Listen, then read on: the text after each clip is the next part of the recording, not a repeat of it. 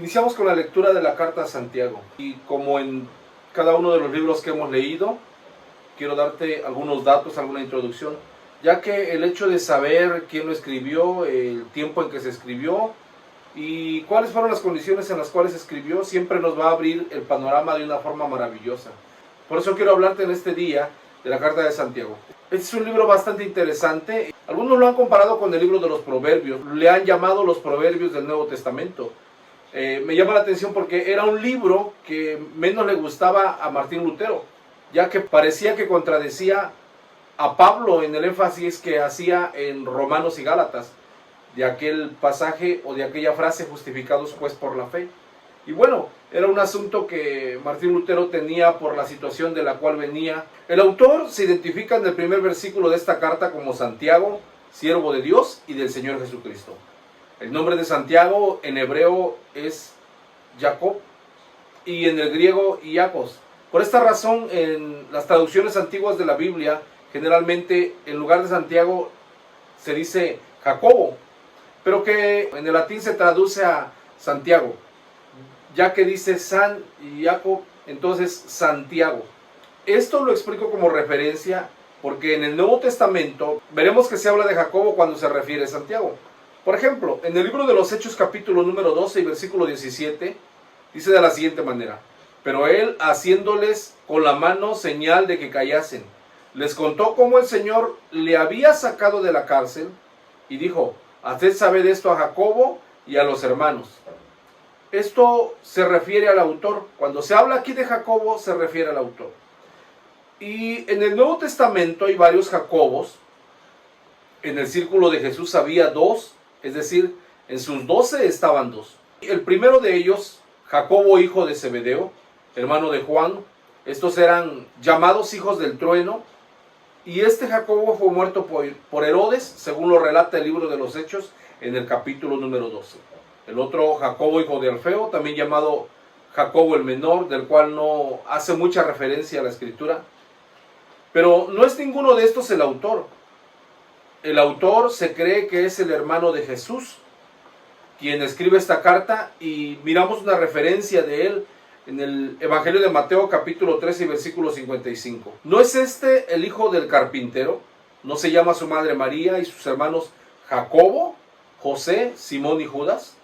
Este creció con Jesús como su hermano mayor, y aunque en un principio se resistió a creer, y es que es válido que se haya resistido a creer, imagínate que creció toda su vida con su hermano mayor, y en algún momento le dicen que, o se dice Jesús, que ese es el elegido. Hasta cierto punto era normal que no creyera, pero después de la resurrección de Jesús, él cree, y cree de una manera tan firme que llegó a ser una persona muy influyente entre los cristianos. La Biblia lo registra en el libro de los Hechos que él era el líder de la iglesia en Jerusalén, o el pastor de la iglesia en Jerusalén. El apóstol Pablo hace referencia a él en su carta a los Gálatas, en el capítulo 1, 19, donde dice que cuando subió no encontró a ninguno de los apóstoles, solamente a Jacobo. Pablo dice que era un líder influyente en Gálatas 2:9. Dice de la siguiente manera: y reconociendo la gracia que me había sido dada, Jacobo y Cefas, o Pedro y Juan, que eran considerados como columnas, y de ahí sigue hablando. También ese Santiago, llamado aquí Jacobo, estuvo presente en el concilio de Jerusalén, donde se muestra su sabiduría en Hechos capítulo 15 y versículo 13. Era llamado también Santiago el Justo, y algunos le llamaban el rodillas de camello porque dice la historia que pasaba mucho tiempo orando de rodillas. Santiago era casado, como lo menciona Pablo en la primera carta a los Corintios, capítulo 9 y versículo 5. Se cree que se escribió en el intervalo de los años 45-49. Aunque algunos consideran que se escribió muchos años después, los términos que se usan en esta carta dan a entender el poco tiempo que tenía la iglesia cristiana. Si fue escrito en este tiempo, fue el primer libro que se escribió del Nuevo Testamento. Es el libro número 20 del Nuevo Testamento, con 5 capítulos y un total de 108 versículos.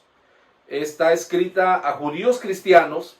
Santiago estaba al frente de la iglesia de Jerusalén, como comentábamos. Ya vimos que Pedro y Santiago eran columnas de la iglesia en Jerusalén. La iglesia en Jerusalén sufrió persecución, pobreza, Y como sabemos por las cartas de Pablo, había una hambruna en Jerusalén. Y como vemos que muchas veces se levantaron ofrendas, colectas para llevarles a ellos. Por todas estas situaciones y circunstancias que ellos estaban viviendo, se vieron en la necesidad de salir exiliados. De ahí que podemos entender lo que nos dice el primer versículo cuando se refiere a ellos. Santiago, siervo de Dios y del Señor Jesucristo, a las 12 tribus que están en la dispersión. Santiago hace mención de las 12 tribus pensando en los cristianos judíos, pero es más que eso. Es parte de las llamadas cartas universales o generales, ya que están dirigidas a varias congregaciones y no a ninguna en particular, y hoy considero que escritas aún para nosotros. Teniendo en cuenta esto, podemos entender por qué Santiago habla de padecimientos, de pruebas. Esta carta es muy diferente a las cartas que hemos leído, las cartas de Pablo o las cartas anteriores. Como nosotros podemos ver, generalmente traen un saludo y después de ello tratan los problemas que estaban viviendo a la iglesia a la cual se le escribe la carta. Santiago no trata de algún tema en específico, es más bien, como ya dijimos, una carta llena de sabiduría, en la cual intenta animar a quienes están padeciendo en su fe y por su fe. Esta carta está muy relacionada con el Sermón del Monte, ya que cita partes de este pasaje o de este sermón. Se considera que este es uno de los libros más citados del Nuevo Testamento, debido a lo práctico que es por la manera en que se escribió y la manera en cómo citan las metáforas. Por ejemplo, todos hemos escuchado y recordamos cuando Santiago habla de la lengua, aquel pequeño fuego que incendia un gran bosque. Y la manera en cómo escribe es fácil de recordar. La carta tiene muchos temas bastante interesantes y de mucho aprendizaje para nuestro estilo de vida como cristianos.